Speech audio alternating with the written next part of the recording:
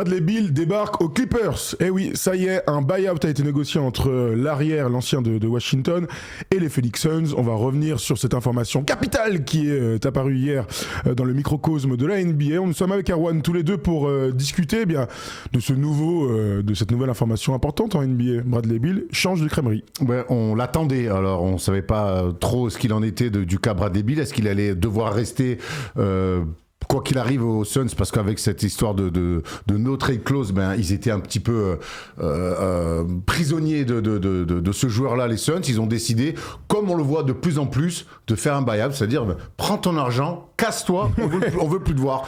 Et avant de rentrer sur le détail et les enjeux après de son départ, que ce soit pour les Suns ou pour les Clippers, je trouve quand même qu'il y a de plus en plus de franchises qui font de la merde et qui disent allez, prends ton oseille et barre-toi. À l'image on l'a vécu il y a quelques semaines, alors pour d'autres raisons avec Damian Lillard et les Bucks, c'était à peu près le même type de contrat. On parlait de 112 millions, là c'est 110 millions. On préfère que les gars aillent jouer ailleurs, s'éclater ailleurs, etc., quitte à leur donner de l'argent sur les 5 prochaines années. C'est 5 années où tu payes un mec qui joue pas pour toi. Je trouve du coup qu'on est en train de perdre un petit peu le fil de la valeur de l'argent sur ce marché de la NBA. Du coup, tu as des mecs comme Lillard et Bradley Beal qui sont des joueurs avec des contrats max ou quasi max qui vont se retrouver à jouer pour le minimum. Mais je trouve que ça fausse un petit peu de plus en plus les choses. Attention à ce que ça devienne pas non plus qu'une habitude, parce que je trouve que ça peut, tu vois, DeAndre Ayton qui va se retrouver aux Lakers pour jouer quasiment aussi au minimum, alors qu'il a 26 ans, que c'est un ancien numéro 1 de draft. Voilà, je trouve que ça peut un petit peu fausser parfois les choses. Bon, maintenant, il y a quand même du sportif à raconter, mais... Alors, restons là-dessus parce que c'est intéressant, t'as raison. C'est quoi la faute aux joueurs, au système, aux franchises, au mauvais choix? Ça, il n'y a aucun doute au mauvais choix des franchises. Là, j'ai du mal à tomber là sur les joueurs. Les joueurs, au bout d'un moment, ils prennent le maximum. C'est une entreprise, leur carrière, elle dure de 8, 10, 12, 15, 20 ans, plus pour certains. Mais les joueurs, il faut qu'ils rentrent le maximum d'oseille. Alors, avec des projets qui leur conviennent plus ou moins, mais c'est une entreprise. Après, il y a des general managers, il y a des présidents des opérations basket, il y a des boss de franchise, qui sont là pour dire ok, ça match, lui ce coup là je le sens bien. Alors on peut se tromper, mais se tromper c'est quoi maintenant aujourd'hui? Se tromper c'est vas-y, je te file 3 saisons gratos ou 2 saisons gratos et tu te barres. Je trouve que toute la beauté aussi de monter une équipe, des projets, c'est avec la draft, c'est re-signer des mecs, c'est d'aller chercher d'autres mecs. Mais quand tu te trompes, c'est de faire en sorte de pouvoir rattraper ton erreur ou de l'assumer. Là, en fait, on envoie toute berzingue, on paye les mecs, casse-toi. Tu sais qu'il y a Damian Lillard qui a le record. C'est comme tu fais un enfant, je le voulais pas et tu te barres. Non. Il paraît que ça arrive. Pas chez nous en tout cas. Pas chez nous. Tu sais que le record du plus haut buy-out avant tout ça, c'était Joachim Noah avec les Knicks. Alors c'était pour des raisons de blessure. Comme Damian Lillard, c'est les blessures. Bradley Beal, c'est parce que il ne fit pas dans le sportif. DeAndre Ayton dont tu parlais, c'est parce que il avait un comportement catastrophique. Donc chacun a sa raison. Et on se retrouve quand même là où tu as raison, avec un échiquier qui est difficilement lisible. Bon, écoute, en tout cas, on va faire le récap de ce qui s'est passé hier. On va regarder ce premier tableau fait par Tom. Donc il lui restait 2 ans de contrat et 110 millions de dollars avec les Suns. C'est dingue. Il a joué seulement 2 saisons. Il a été souvent blessé, 58 matchs manqués, 17 points, 4 rebonds, 4 passes. On y reviendra bien sûr. C'est un fiasco total, ce Big Three avec Kevin Durant et Devin Booker. Il signe donc aux Clippers pour 11 millions sur les 2 prochaines années. Je vous mets le deuxième tableau là de suite pour que tout soit clair sur ce buy-out. Il a laissé sur la table environ 15 millions de dollars et donc les Suns vont lui donner 97 millions de dollars sur les 5 prochaines années. C'est la stretch provision, donc c'est quand même des chiffres incroyables. Alors juste pour être très précis, quand vous faites une stretch provision comme ça, ça ne peut pas dépasser 15% du salary cap. Donc c'est pas le cas pour Lillard, c'est pas le cas pour Bradley Beal, et surtout le gros changement pour les Suns, donc qui s'assoit sur ce fiasco terrible, c'est qu'ils vont pouvoir recruter. Ils étaient complètement bloqué avec, vous savez que la première apron ou la deuxième, ça vous flingue complètement le recrutement, les mid-level exceptions, etc., les trades. Et donc en laissant partir Bradley Beal, il lui donne 97 millions de dollars, mais ils vont économiser 100 millions en luxury tax. Voilà, c'est ça le calcul, et d'où les sommes complètement dingues qui sont avancées. Parlons des Clippers. Il va jouer donc pour 5,5 millions tout à fait de dollars la saison aux Clippers. Tout à fait. Donc il s'est assis sur 13 millions sur les 2 prochaines années, mais il récupère quand même 11 millions. C'est dingue. Ouais, ce sont un petit peu. C'est un peu. Bah, après, c'est dingue, quoi. Je trouve ça fou, donc cette espèce de jeu de Monopoly où du coup l'argent a de moins en moins de valeur. En fait, tu vois, ces chiffres qui gonflent de plus en plus, mais on l'explique avec les droits TV. Aujourd'hui, en fait, les mecs se barrent, tiens, il reste 110 millions, t'en files 97, puis derrière, il va jouer pour 5 millions. Enfin, tu vois, encore une fois, c'est très dur à lire. Donc, je préfère des fois me concentrer sur le sportif, c'est très bien de l'expliquer, mais je trouve que ça perd un petit peu de sa valeur et de tu vois, ce truc de faire des bons coups sur le marché. En fait, non, tu as toujours des bons coups pour le coup. Non, mais il y a des franchises qui marchent bien. Le problème, c'est vraiment les stars, tu vois, enfin, donc les contrats Supermax. Je sais que souvent, on lit dans les commentaires sur les réseaux qu'aujourd'hui, les mecs sont surpayés par rapport à leur valeur réelle et qu'en fait, on devrait avoir 5-6 Supermax dans toute la ligue. Là, aujourd'hui, dans toutes les équipes, il y a un Supermax, 2 Supermax, parfois il y en a plusieurs, et puis une fois que tu as signé ce contrat-là, t'es un petit peu bloqué. Bon, écoute, c'est une situation, je pense qu'on est au début de ce cycle-là et qu'on va en voir de plus en plus. C'est aussi ça le constat des off-season NBA. Tu veux qu'on aille sur les Clippers d'abord, c'est le plus intéressant. Oui. Allons sur le sportif ensemble, parce qu'il reçoit un effectif qui a déjà bougé avec l'arrivée de John Collins. D'ailleurs, le transfert de Norman Powell prend tout son sens avec l'arrivée de Bradley Beal. John Collins arrive en poste 4, lui en poste 2 dans le même profil. Je mets des guillemets parce que Norman Powell fait une bête de saison. Regarde le 5 majeur qu'on vous propose là, James Harden donc qui a prolongé aussi, Bradley Beal, Kawhi Leonard qui va être redécalé peut-être sur un poste 3, John Collins, Ivica Zubac, il y a Brook Lopez, il y a le petit Suisse là, Yannick Niederhauser qui arrive dans tout ça. Qu'est-ce que t'en penses, Erwan, de cette arrivée de Bradley Beal dans une énorme armada encore hein? Bah là pour le coup c'est une armada. C'est tout encore le bordel. Ils sont doublés voire triplés sur tous les postes. Il y a beaucoup d'expérience autour de Kawhi Leonard. Il va évidemment Ivica Zubac qui est dans un autre statut après sa monumentale saison l'année dernière. On sait que James Harden, le fit avec les Clippers est très bon. En saison régulière. Et on a vu encore en play-off, malgré un bon début de série, qu'il y a eu un trou d'air. Maintenant, Bradley Beal, qu'est-ce qu'il vaut ce mec ? Alors sur le blaze, c'est génial. Sur Touquet, c'est peut-être cool. Mais aujourd'hui, c'est quand la dernière fois que Bradley Beal s'est retrouvé dans un projet pour gagner ? C'était peut-être il y a 10 ans avec John Wall. Oui, c'était à 7-8 ans, en 2017, des trucs comme ça, là, voilà. Non, mais c'est ça, t'as raison. Il y a une éternité. Aujourd'hui, il est quand même rentré, il vieillit, il est rentré dans un confort de vie, ce qu'on peut comprendre, hein, quand on vient de voir l'oseille qu'il prend, mais est-ce que c'est encore un compétiteur ? Est-ce que ce mec-là a encore la dalle ? En tout cas... Lui, il avait dit... Ah tiens, tu veux prendre ça vite fait alors. En tout cas, son comportement que j'ai vu à Phoenix, j'ai pas senti un mec non plus qui avait la dalle, et un mec qui avait un peu de l'orgueil de compétiteur pour dire non mais attends, qui a voulu un peu aller à contre-courant de ce qui se passait et des critiques qu'il y a pu avoir sur lui. Il a dit ah mais moi j'ai mon contrat, je suis peinard à Phoenix, payez-moi. Donc je sais pas si dans le contexte Clippers ça va le faire. Alors j'espère que lui justement avec ce nouveau projet-là, il va retrouver un petit peu de dalle. C'est un mec qui a un vrai CV, qui a été une fois meilleur score de la Ligue. On connaît ses qualités, c'était même à une époque un très bon défenseur. Maintenant, je ne sais pas ce que vaut Bradley Beal. 14e saison, il va entamer sa 14e saison. Il a été 3 fois All-Star, pas depuis 2021. Tu parlais d'ambition, il n'a pas passé de tour en play-off depuis 2017. Les gains en carrière sont dingues, 318 millions. C'est le 3e plus gros gain en carrière pour Bradley Beal. C'est assez fou, c'est dingue de se dire qu'il a été drafté en 2012. C'est une éternité, quoi. En fait, le gars, il est là depuis toujours. C'est un vet. C'est clairement un vet. Alors, il avait eu cette petite déclaration en mars pour aller dans les questions que tu te posais. J'aime le jeu. J'essaie de ne laisser personne me priver de cette joie de jouer. Je suis toujours en NBA. J'ai toujours le meilleur job du monde. Donc je souris tous les jours. Mais ça, c'est bien. On comprend très bien. Mais il y a aussi des contextes où des fois, tu as le droit de simplement, quand c'est la merde, comme ça a été du côté de Phoenix et que son passage est un fiasco, collectif d'abord, mais aussi individuel. Bon, dire je souris, moi la vie elle est belle, personne ne va m'enlever ma joie de vivre. Frérot, il y a des résultats sur le terrain, c'est un peu la merde. T'as le droit aussi peut-être, en tant que vétéran, en tant que leader, en tant que plus gros salaire de l'équipe, d'avoir une autre attitude, d'essayer d'être un peu plus fédérateur. Quand t'es parmi les plus gros salaires d'une boîte, tu peux pas juste dire je suis content d'être le gros salaire d'une boîte.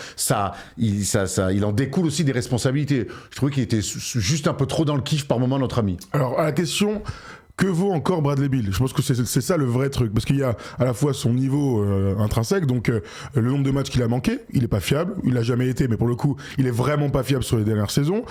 On l'a vu parfois être bon, mais très souvent être effacé, ne pas avoir d'impact dans le jeu. Après, évidemment, quand tu joues, content. Quand tu joues avec Devin Booker et KD, sur le principe, on était tous d'accord pour dire que ça n'avait pas marché. Là, il va arriver quand même, il va être complémentaire des mecs déjà en place, avec James Harden, avec Kawhi Leonard notamment. notamment. On lui en demandait un petit peu moins. Alors on lui disait t'es la troisième option, tu dois être bon, tu dois être défenseur, tu dois mettre dedans. Il a pas été capable d'être à assez bon niveau pour performer. Voilà, j'essaie de poser cette question un petit peu comme ça parce que le but c'est de savoir si ça va être un bon fit pour l'année prochaine. T'as raison de remettre son rôle dans le contexte parce qu'on va pas attendre de Bradley Beal ce qu'il faisait du côté des Wizards évidemment. T'as 32 points par match, j'espère pas. Et non plus du côté des Suns. On sait que James Harden est le créateur et le système de cette équipe-là, donc ça va déjà lui laisser beaucoup plus d'espace. On sait que Kawhi Leonard aussi attire et aimante pas mal les défenses et les aides défensives. Donc maintenant, je suis curieux de le voir. Peut-être, on sait que c'est un mec à droit, Bradley Beal, donc peut-être dans un rôle un peu plus shooter, un peu moins à la création. Bon, à Phoenix, en ce moment, on a même essayé de faire jouer meneur, qui redevienne un vrai deuxième arrière sur de la sanction, justement pour sanctionner les aides sur Kawhi, sur James Harden, sur pick and roll. Mais encore plus, tu te souviens, Derrick Jones Jr. avait été pointé du doigt, ils avaient eu du mal à. S'il amène de la régularité dans l'adresse, et après on sait qu'il est quand même capable sur du talent de mettre un peu de drive, du drive and kick, parce que c'est quand même un mec, un vrai bon joueur de basket. S'il est dans ce registre-là, ça sera tout bénef pour eux. Ça me fait un peu penser au rôle de Paul George en fait, hein, tu vois, donc un arrière qui est capable de shooter, qui est capable de jouer un contre 1. Est-ce qu'il sera capable de jouer avec Kawhi Leonard et James Harden comme l'a fait Paul George? C'est une vraie question. Ça a de la gueule, ça aurait eu de la gueule en 2020 en fait, là quand tu vois cette photo, ce trio là. Encore une fois, là on voit ce trio, mais pour moi la vraie troisième arme offensive c'est Zubac, hein, avec la pression qu'il fait. John Collins est un bon joueur aussi sur ce poste 4 là qui peut un peu tout faire. Voilà, lui vraiment il va avoir de l'espace pour mettre dedans d'abord. S'il fait ça, je pense que ça ira bien pour les Clippers. A priori, ça devrait bien aller pour les Clippers en saison régulière. C'est toujours la question. Après, les Clippers, ils ont quand même ce truc, bon, même s'ils ont rajouté Brook Lopez, et on sait que Kawhi a gagné 2 titres, dont un extraordinaire où il était un leader incroyable, mais ils aiment quand même s'entourer de mecs qui n'ont pas l'ADN de la gagne. Le dernier c'était Ben Simmons l'année dernière, par exemple, qui finalement il repart comme ça. On en parle au Knicks d'ailleurs. Paul George, il est allé le chercher aussi. Ils aiment quand même rajouter des mecs qui n'ont pas qui n'ont pas gagné avant. Et Westbrook. Au-delà de pas gagner avant, c'est des mecs qu'on a pointé du doigt en disant t'as pas l'ADN de la gagne, t'as pas ce truc qui fait basculer. C'est fou parce que les Clippers ils sont encore ultra attractifs pour tous ces joueurs-là. Tu sais, tous les vrais joueurs qui ont 30, 32, 33 et qui ont envie d'aller chercher un titre dans un effectif et tout. Bon, ça n'a jamais réussi pour l'instant, mais ils sont encore ultra attractifs les mecs. Ouais. Apparemment, James Harden a joué un énorme rôle dans l'arrivée de Bradley Beal. Tant mieux pour lui. Après, ça reste télé. Toujours. Quand tu vas pas aux Lakers, tu joues aux Clippers. La salle est top. Tu restes quand même compétitif. Les Clippers, ça fait quand même presque une dizaine d'années qu'ils sont toujours en play-off, premier, deuxième tour quasiment à minima. Donc bon, tu vas pas non plus dans un bourbier quoi. Et puis t'es très bien traité aussi. Hein. C'est aussi avec Steve Ballmer, c'est quand même une franchise où les joueurs, on a l'impression qu'ils sont choyés. C'est Nico Batum qui nous en parle tout le temps. Est-ce que ça change quelque chose pour les ambitions des Clippers pour toi? Qu'est-ce que ça change? En tout cas, c'est une équipe autour de Kawhi qui veut toujours gagner un titre. On se souvient que quand Steve Ballmer fait all-in quasiment pour faire venir Kawhi Leonard, qu'il rajoute à ça Paul George, qui est parti depuis, mais c'est gagner un titre. Je pense que cette franchise-là, de Steve Ballmer, c'est gagner un titre. L'année dernière, on y a cru à un moment donné sur ce super run de fin de saison. Ce premier tour des playoffs face aux Nuggets où on a encore du mal à l'analyser tant les 3 premiers matchs ont été bons et la fin de la série a été incompréhensible de tellement ils ont mal joué au basket et ils se sont complètement échappés. En fait, les Clippers, c'est toujours cool à l'intersaison, c'est toujours excitant en début de saison et puis on finit avec une mi-molle. Oui, tout à fait, absolument. Non exploitable. Qu'ils aillent déjà en finale, hein, ce serait bien, parce que le titre, c'est le rêve, hein, bien sûr, on leur souhaite. La franchise de la loose, bien sûr. Oui, ils font toujours partie du premier chapeau d'outsider, quoi. Oui, tout à fait. Non, mais je suis tout à fait d'accord avec toi. Voilà, pour les Clippers, vous nous dites dans les commentaires ce que vous imaginez, le fit, est-ce que vous l'envisagez positivement, est-ce que c'est une équipe qui a vraiment ce qu'il faut. De toute façon, je ferai partie des gens qui disent que maintenant, ça y est, c'est fini, j'ai plus aucun espoir en eux. Si un jour ils vont en finale NBA, on sera là pour applaudir. Ça voudra dire qu'ils auront cliqué enfin et passer ce cap. Il y a des équipes françaises en foot qui ont réussi à le faire, donc je me dis que tout est possible à un moment donné, même pour les Clippers. Parlons vite fait du fiasco du coup des Suns, puisque ce Big Three dont on parlait tout à l'heure, Devin Booker, Kevin Durant et Bradley Beal, s'est révélé être une catastrophe industrielle, clairement. On était sûr que ça allait pas marcher parce que les joueurs se ressemblaient trop. Ça a été même pire que ce qu'on imaginait avec même pas un play l'année dernière. Ouais, ils ont réussi à faire pire que ce qu'on imaginait.